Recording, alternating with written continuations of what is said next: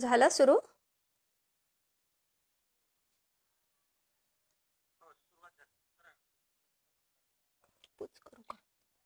करू का sir?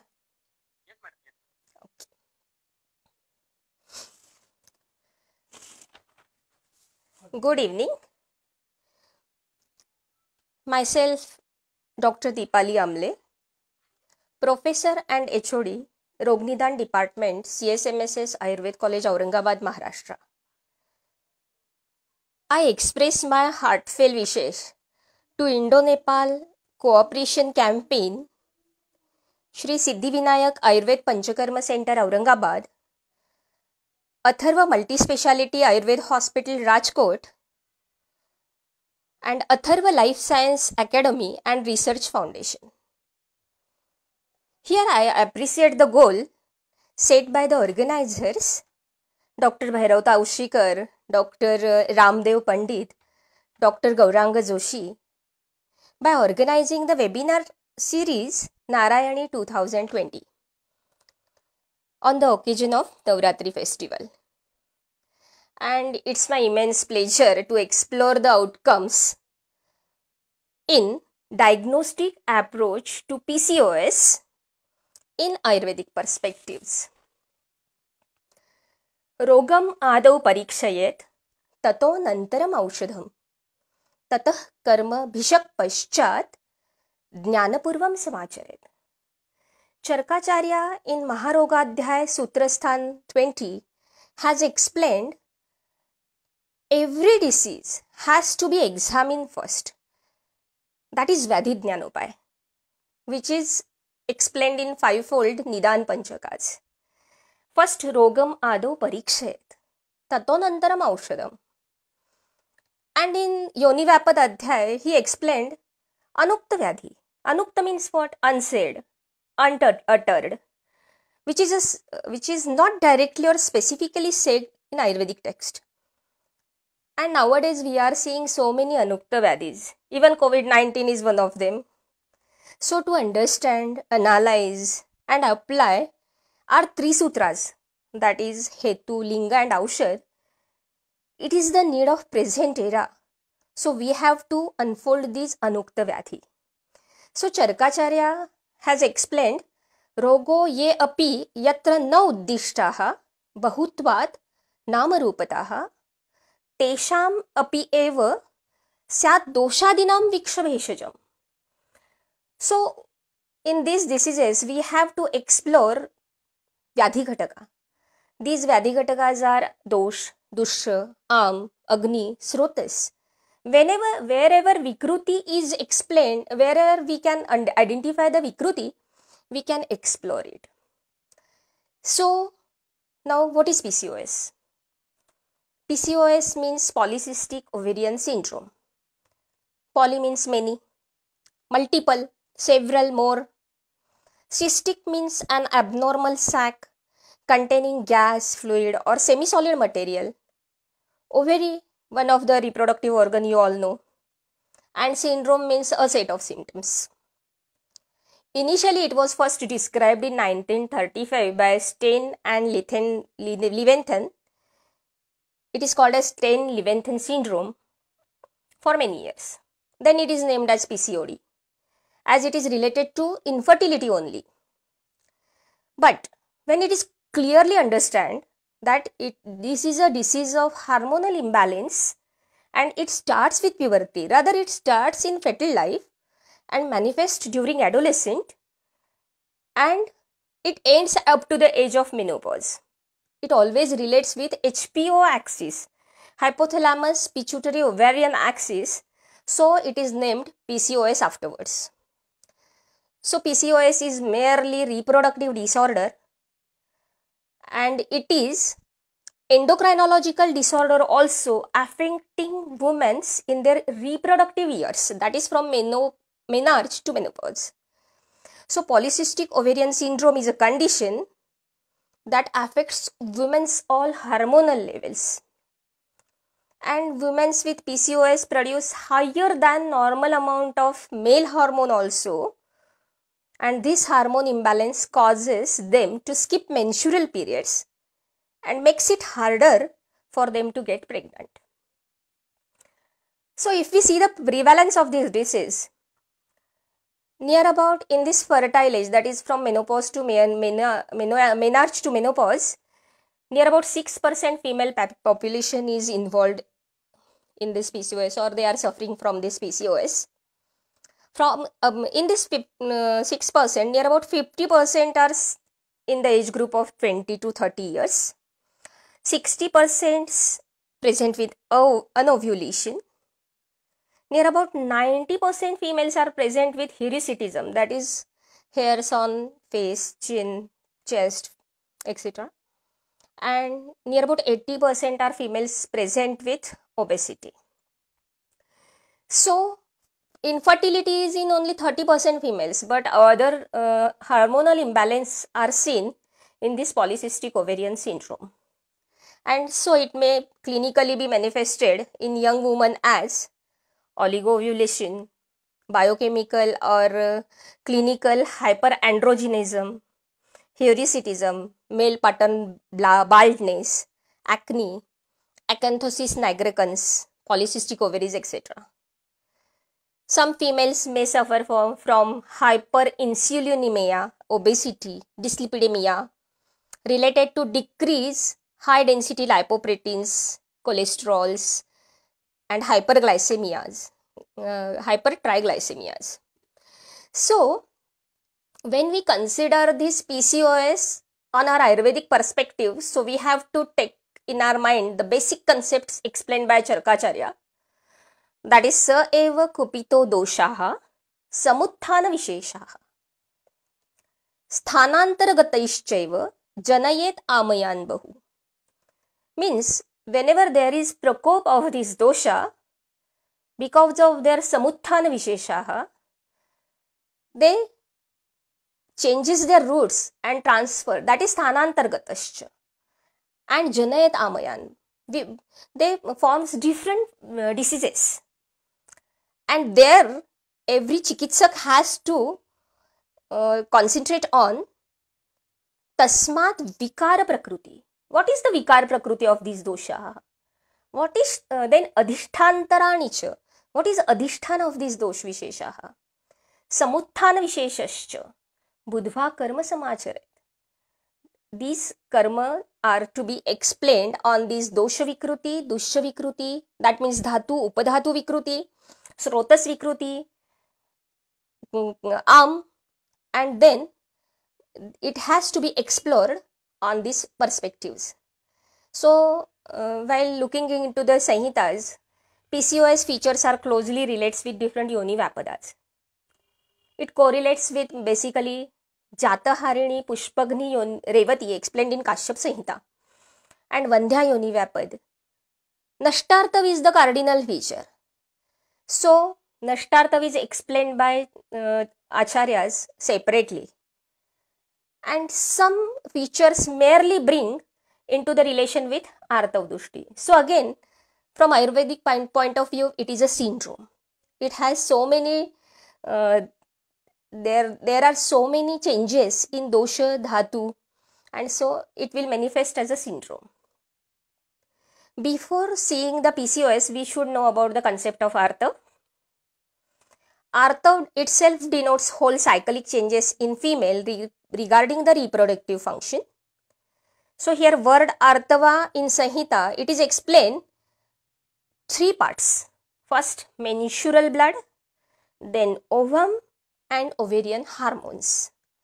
If suppose we see Artav as a menstrual bleeding, then there Sushruta has explained Sashasruka pratimam yattu yadva laksha rasopaham tad artavam prashasyanti yad vaso na viranjayet.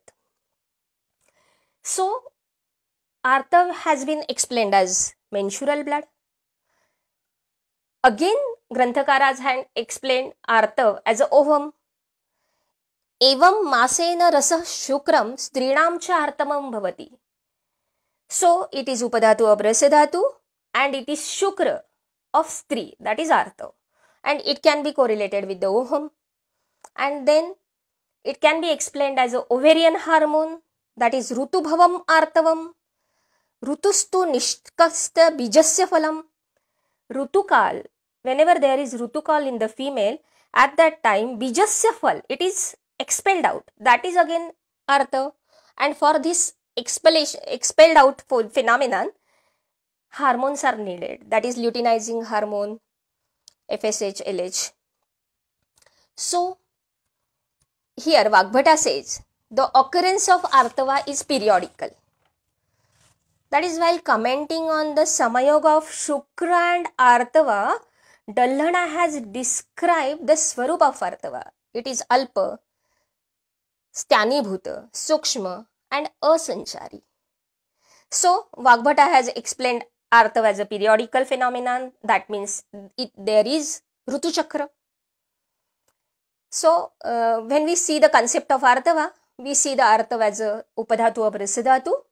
It is Tej Mahabhuta Pradhan, Agneya in nature.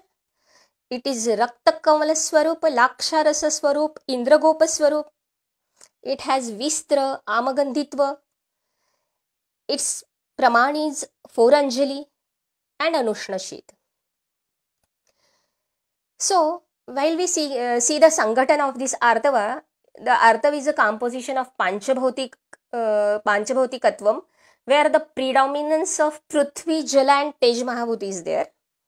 Vayu helps in its regular generation and its flow, where Akash Mahabhut gives it is the necessary space and Laghutva.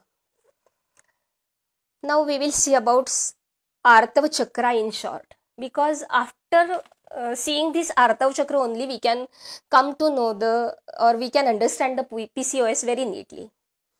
So Artava Chakra, according to Vagbhata, it is explained in 3 parts, that is Rajasrav, Rutukal and Rutuvyatikal. So Rajakal, during this period, the stuff accumulated in the uterus during the previous period of fertility is eliminated. It is known as Purana Raja. And this accumulated Raja is eliminated from the uterus, that is, it is of 4 Anjali. And here, if we see the Dosha Pradhanyatva, there is Vata Dosha Pradhanyatva. So, this phase is influenced by Vayu. And this Vata Prakop is responsible for the start of this phase. As soon as menstruation starts, Pitta starts coming to its normal stage, that is Pitta Shaman has been seen. As Pitta decreases, Kapha automatically comes in action and stage of Kapha Chaya comes. This function of Vayu is the movement of any substance from one place to another. So, by the Chalagunatva, it expelled out this Purana Raja. So, in this Rajasrav phase, Dosha predominance is Vata Prakop, Kapha Sanchay and Pitta Shaman. Then next stage comes, that is Rutukal. Rutukal is from 6th to 16 days of the menstrual cycle. And it is most suitable phase for the achievement of conception. So it is also called as the fertile period. So it is known as Rutukal. So here mainly Kapha influences this phase. Initially, Kapha starts increasing in Rajakal as Chaya of Kapha. And during this Rutukal, Kapha reaches to its peaks, that is Kapha Prakopa. And level of Pitta here starts just increasing, and after latter half of this Rutukal, Pitta Chaya starts to happen. So during this whole phase, Vata is at its normal level, and the stage here Vata Shaman we can see. So see, in Rutukal, Kapha is important. So Kapha is essential for regeneration and growth. Rutukal is a period resembling to proliferative phase. Thus, Ayurvedic physiology of Kapha Prakop and Vata Shaman during this Kapha Kal is self-explanatory for the various changes taking place during this phase. And Kapha always acts through Rasadhatu because it is Mala of Rasadhatu. So, we have to keep in mind while seeing the menstrual cycle. So, we see dosha dominance is in Rutukal is Kapha Prakop, Pitta Chay and Vata Shaman. After this Rutukal, we see the next phase, that is Rutu Vyatita Kal. Rutu Vyatita Kal, it is from 17 to 28 days. As lotus flower closes after sunset, we all know. Similarly, after Rutukal, the yoni of woman gets constricted and does not accept Shukra. So, Rutuvyatita Kal here, if we see the dosha predominance, it is mainly influenced by Pitta. The level of Pitta start increasing at the end of Rutukal and it comes to its peak in Rutuvyatita Kal. So, during the latter period of this stage, what comes into the action? And here, Pitta Prakop with Vata Chaya is the phenomenon. So, this is the phase which resembles the secretory phase by influenced by Pitta and Rakta. So, here dosha predominance we see, that is, it is Pitta Prakop, Vata Chaya and Kapha Shaman. Now, we will compare the cycles. So, normal menstrual cycle and PCOS menstrual cycle, female having PCOS, here menstrual cycle, how the changes will occur, and we will try to correlate with it with Ayurveda. So, normal cycle day 0 to 5, here LH, FSH produce follicles in ovary around egg and they produce estrogen hormone. In PCOS, there is low level of LH and FSH, therefore low chance of healthy follicles and low level of estrogen production. So, follicles, they are, maybe they get mature, but there is immature egg in that follicles.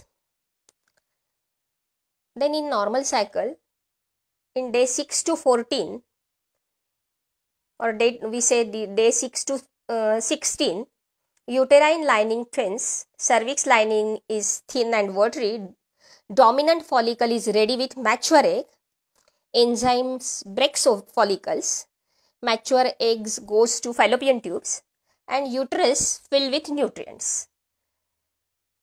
Now, in what happens in PCOS cycle?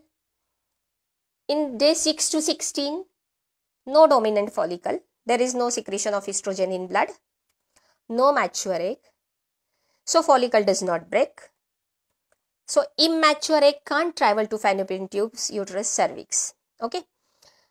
So, this is a phase where there is kapha predominance, and this vitiated kapha causes kapha vritta vayu, because in first 0 to 5 days there is vata prakop, and in second phase normally we expect vata kshaya or vata shaman physiologically, but there is no vata shaman. This vata is also vitiated and it causes kapha vritta vayu. So, particularly this is the concept when PCOS in PCOS cycle. And now in last stage, that is luteal phase, that is from day 16 to 28, egg starts moving through the tube, uterine thickness, cervix is thick, eggs passes out of the uterus and there are periods. In PCOS cycle, what happens? Egg does not pass through the tube, so there is no egg in the uterus, and so egg does not pass out through uterus, there are missed periods. So, we can see there is again kapha vritta vayu and it is associated with pitta prakop. So, this cycle we have to understand in light of normal cycle, PCOS cycle and as per Ayurveda, Rutu Chakra. So, while considering this disease PCOS, according to Ayurveda, we have to examine it on fivefold examination system, that is Nidan Panchak, because Nidan Panchak is Vyadhijnanopay. So, in Ayurveda, majority of gynecological orders, they have been described under the heading Yoni Vapad or Arthadushti or Revatis as per Kashyap Samhita.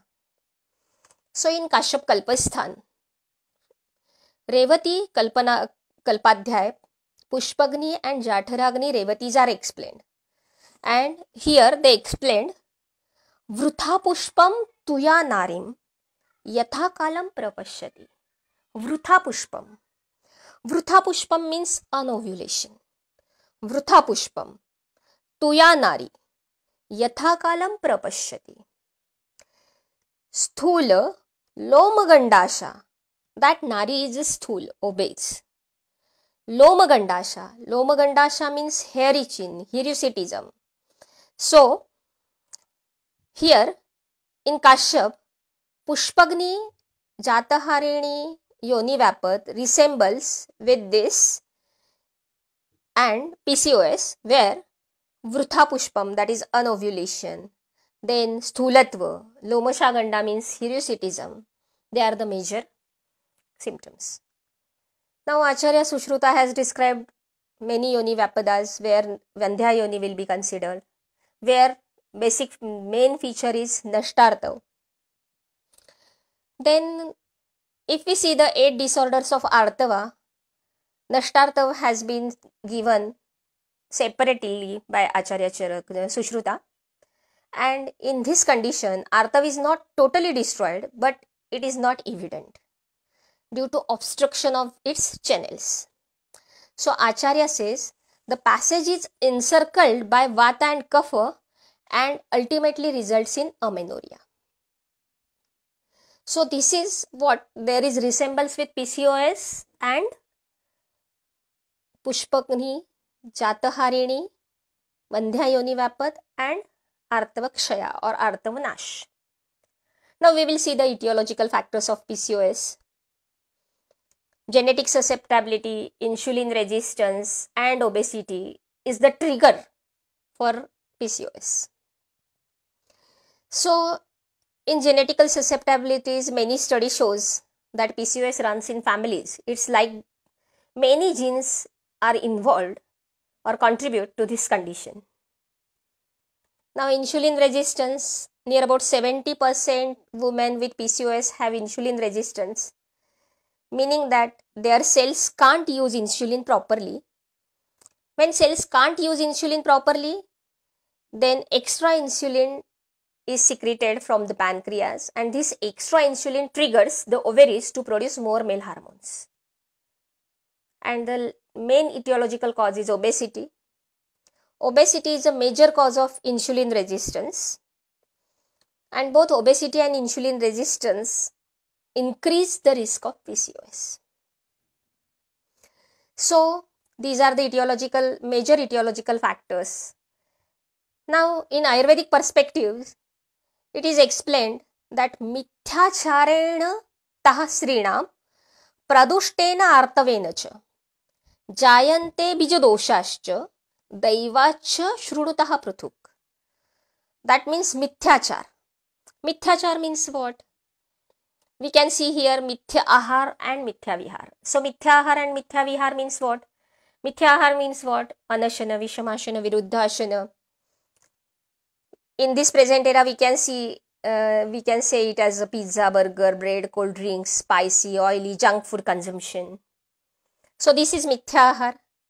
Mithya vihar, that means abnormal lifestyle. Here we can say faulty habits of sleep, divaswap, ratri jagaran, vegavarod. Then we can see here different stress, competition pressure, manasik bhav like irsha, krodh, dvesh. These all are mithyachar. So mithya ahar and mithya vihar. These are the concepts which are included under mithyachar. Then pradushta artavaha. Ashtanga Sangrahakara has explained Ghruta shiradi nityastu muditastu kafamasu artavam tishtati sthiram viparita swanyatha. If suppose in Nitya Sevan, Ghruta Shira has taken as a rasayan dravya, as a rasayan ahariya dravya, and muditastu, If suppose female is in pleasant mood and kafatmasu, yani having kapha balancing diet, then artava tishtati sthiram. Viparitastu. If suppose these all things are neglected, then there is vikruti in artava, that is pradushta artava.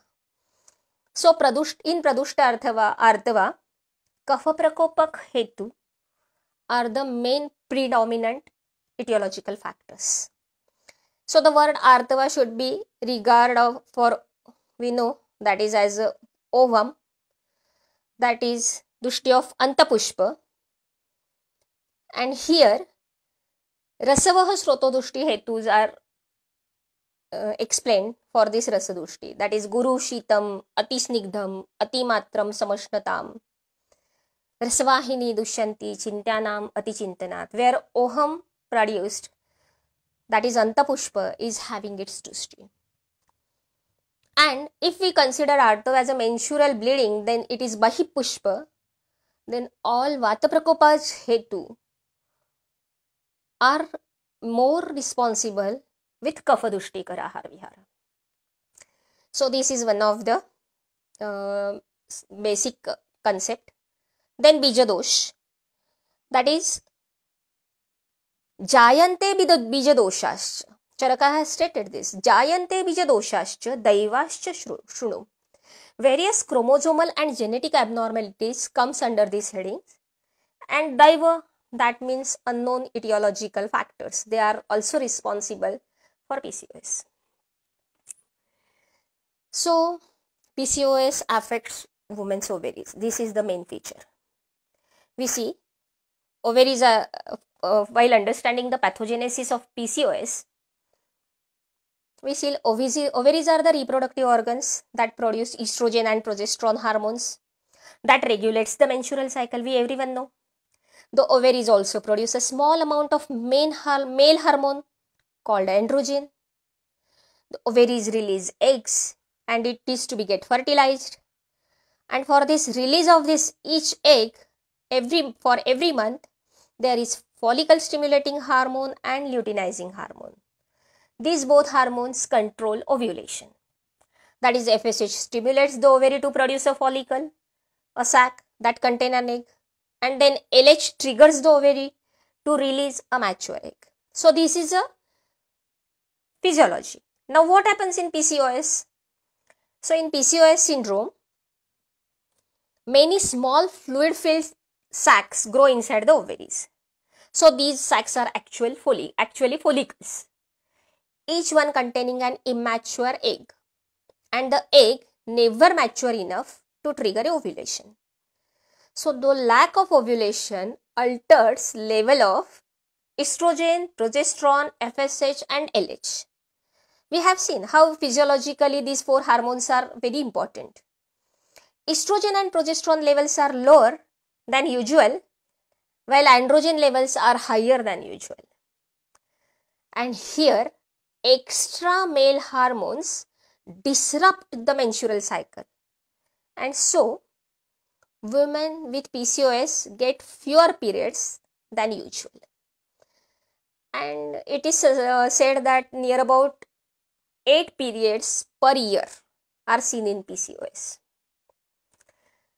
Here again, pathophysiology of this PCOS is triggered by abnormality of HPO axis, that is hormonal imbalance, then hyperinsulinemia, that means hyperinsulin levels in blood arising from the receptors dysfunction, and hyperadrenogenemia, that means hypersecretion of adrenogen hormone, that is male hormone, from the adrenal and ovaries, and genetic susceptibility. So pathophysiology based on these three.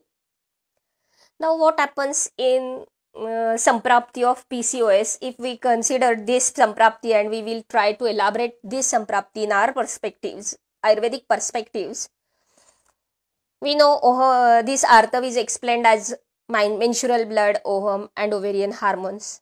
If we suppose this artav as a menstrual blood, then in nashtartav due to obstruction of Artava Srotas by Vata and Kapha. That is, dosh, passage of dosh are responsible for obstruction. Which dosh? So Kapha and Vayu, they are responsible for obstruction in passage of Artav carrying channels, and Artav is not apparent monthly as in normal menstrual cycle, and this results in amenorrhea. If we consider this Artav as a oham, then Nashtartav is an anovulatory cycle which causes infertility. So we can consider Pushpagni, Jataharini, Vandhya yonis in females suffering from PCOS, and there are anovulatory cycles where menstrual flow may be normal or may not be normal. So this is second concept. And if we suppose Artava as ovarian hormones, then Avarana should be considered. In context of Avarana by dosh, here Kaphavritta Vat, that is Kaphavritta Vata Avaran, disrupts homeostasis of HPO axis and causing hormonal imbalance leading to PCOS. Here we can see Pushpagni and Jataharini yoni vapor.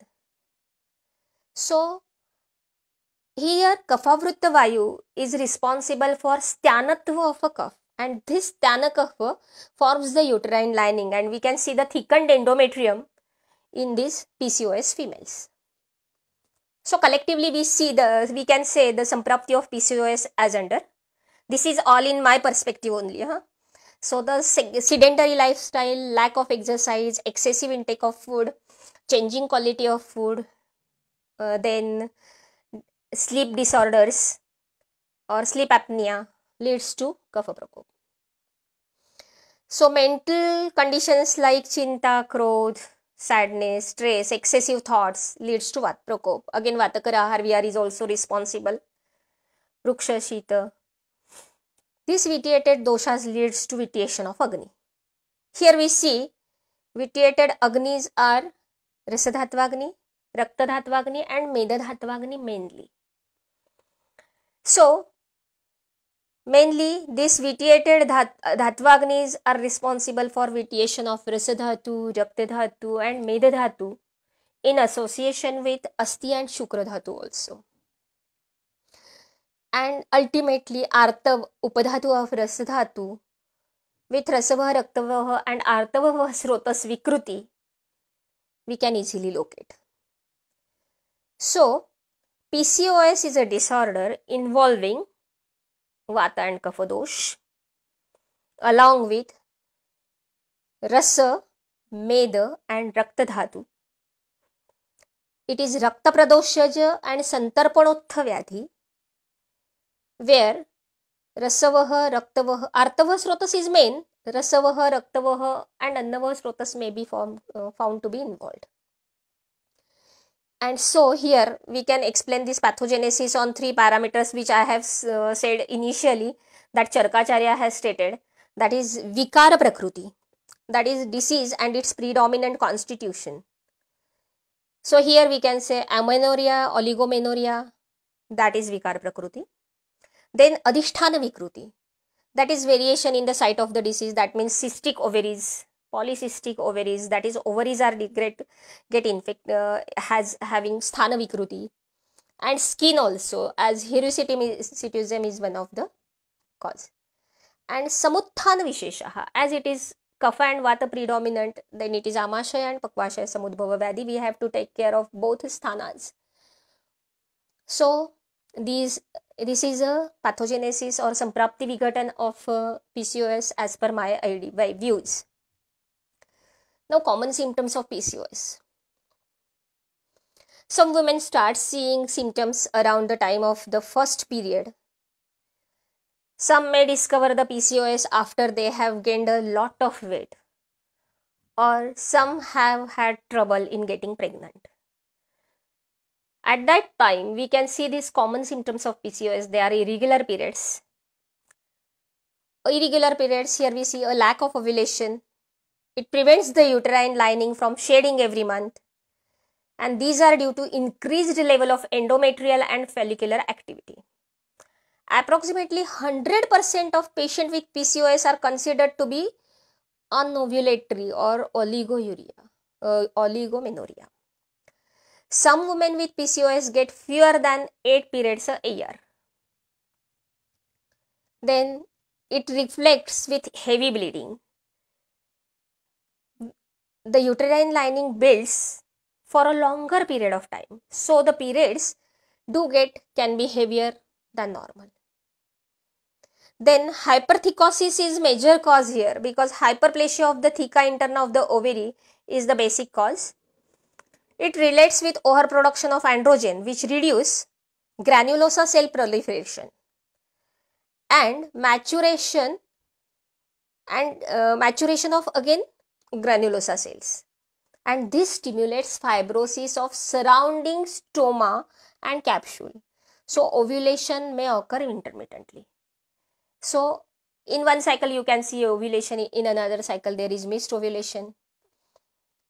So these are about irregular periods, and because of that there is infertility. The elevated LH levels, deficient progesterone secretion, abnormal embryo from artiestic oocytes and abnormal endometrium, these are the triggers, and these all contribute in infertility. Again, we see the hirsutism, that is excessive hair growth. More than 70% women with this condition grow hair on their face, body, including their back, belly, chest. This excessive hair growth is called as hirsutism. Then acne. Male hormone can make the skin oilier. That is, androgen make the skin oilier. And this causes breakouts on areas like the face, chest and upper back. And this is very common and good indication for hyperandrogenism. And this is present in about 1/3 of PCOS female. Then weight gain is another symptom. Up to 80% of women with PCOS are overweight or obese. This obesity is typically centripetal, related with truncal and abdominal obesity. So it is demonstrated by increased hip-waist ratio. Women with central fat have high level of LH, and estrogen, insulin, triglycerides and VLDL, very low density lipoproteins, they are also in higher level. Then next we can see patient with male pattern baldness. This is known as androgenic alopecia. Hair on the scalp get thinner and fall out. So loss of scalp terminal hairs, that is the common with baldness. Then darkening of the skin, that is acanthosis nigricans.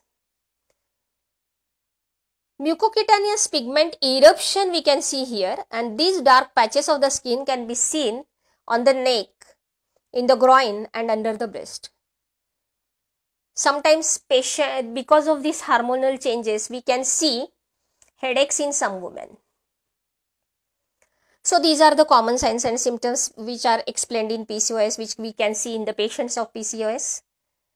Now we try to elaborate the dosha dominance in these symptoms. In PCOS, kapha predominance manifests as increased weight, infertility, hirsutism, diabetic tendencies and coldness. As vata dominance, we can see painful menses, scanty or less menstrual flow, severe menstrual irregularities. These are because of vata dominance. And pitta dominance, there are hair loss, baldness, acne, sashabda, sashula menses, sadaha sashula menses.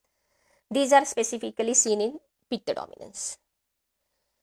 So, if we see the PCOS as a clinical feature of Artavakshaya, because Artavakshaya lakshanas are explained and they are Alpa or Kshudra, Praman and Avadhi of Artava. That is both praman of artava and duration of bleeding, both are alpa. So this may be considered as reduced menstrual flow in days and quantity, that is 3 to 5 days only. With 4 Anjali Pramana, this is normal. It is below 3 days and below 35 ml according to modern science. Then second Lakshana explained in Artavakshaya, that is Yoni Vedana. It is due to vitiation of Apanavayu and with Kaphavritta Vayu and obstruction in menstrual flow. This depletes Artava and so there is Vedana. If this PCOS we can see as a clinical feature of Pushpagni Jataharini, we have already seen Vrutha Pushpam Tuya Nari Yatha Kalam Prapashyati Sthula Lomashaganda Va Pushpagni. So if we see this PCOS clinical features as Pushpagni Yoni Vapor, then Vrutha Pushpam, that is anovulation, Sthula means obese, and Lomashaganda means hairy chin or hirsutism. These are explained in our granthas.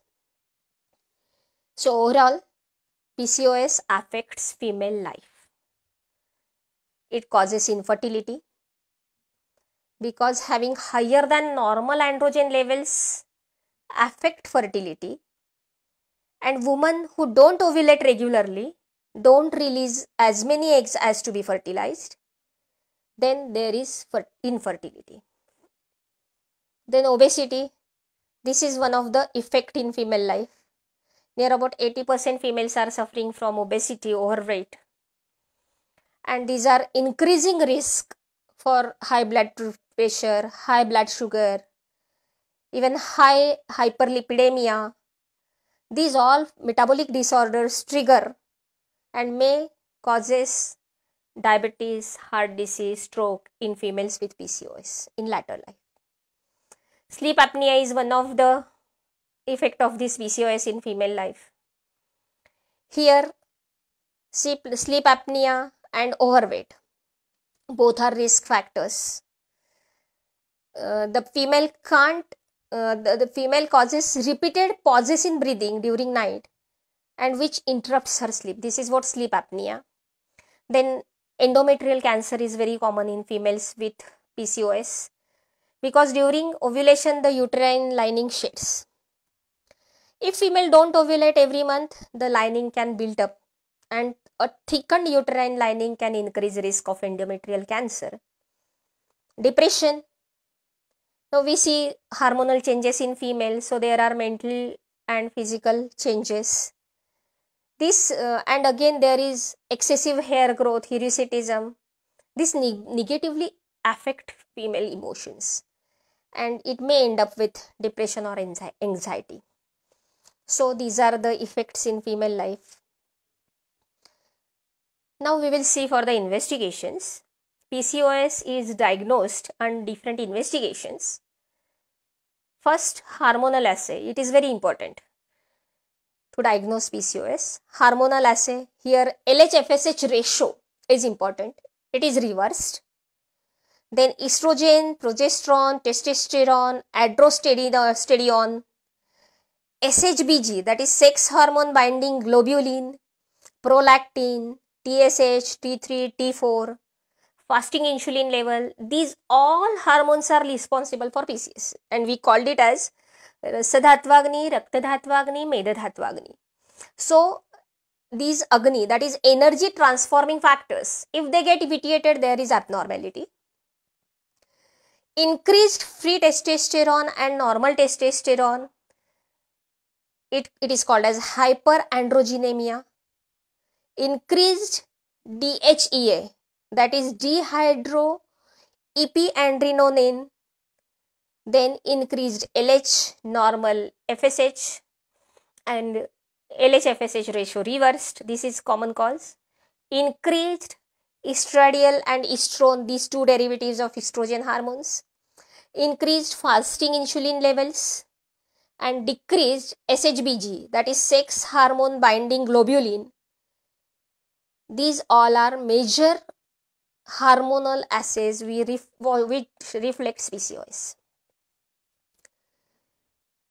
Now, with this hormonal assay, we have to think for metabolic disorders. So, patient must be get investigated for these metabolic disorders, and so therefore fasting blood glucose levels, GTT glucose tolerance test, glycosylated hemoglobin, HbA1c, fasting insulin levels can be measured in this PCOS patient.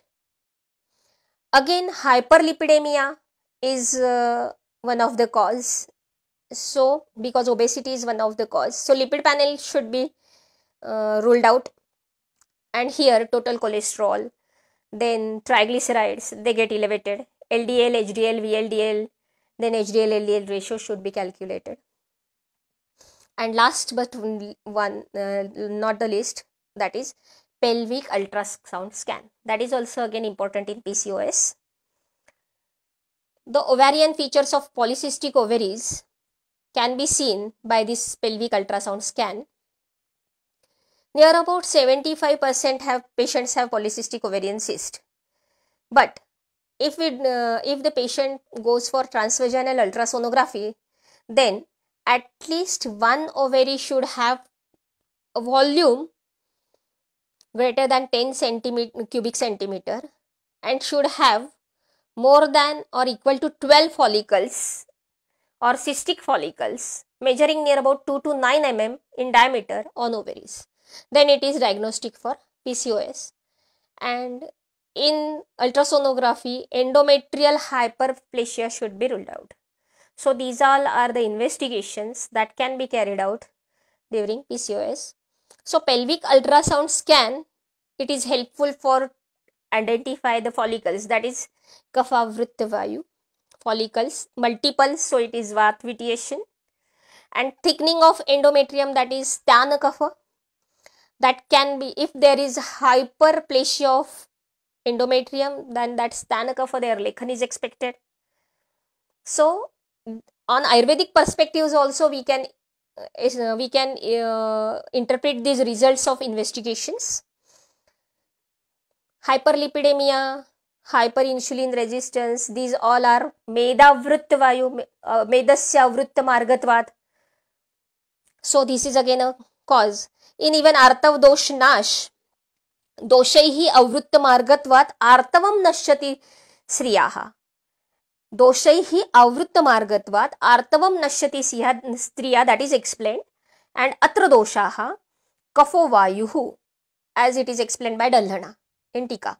So कफावृत्त vayu, they are responsible for margasya avruttvat, and this margasya avruttvat can be explained by evaluating this insulin and this lipid panel. So this is about investigations. So I will conclude this lecture in Ayurvedic perspectives, how PCOS can be identified. PCOS is basically a disease of Artava Srotas, where Rasava Srotas, Raktava Srotas, Medava Srotas and Annava Srotas should be taken care of. Then Avarana is the main pathogenesis in PCOS, where Kapha Vritta Vayu is the basic concept. Paraspara Avaran can be taken into consideration. Then Kaphamedo related Dosha Dushya Sammurchana is seen. So Kaphamedo related Dosha Dushya Sammurchana, that is hyperinsulinemia, that is also is important. Sthaulya Samprapti and Kaphaja Prameha Sampraptis are the key areas to be explored here. And in PCOS, kapha dominant granthis are seen in ovaries. So these granthis are developed when there is sanga of srotas, and due to this, nigdha and guruguna of kapha are to be taken care of. These granthis with strong kapha platform inhibits artav, leading to artavrodh. So collectively, we have to think, taking individual patient as in different perspectives, and diagnose the PCOS on Ayurvedic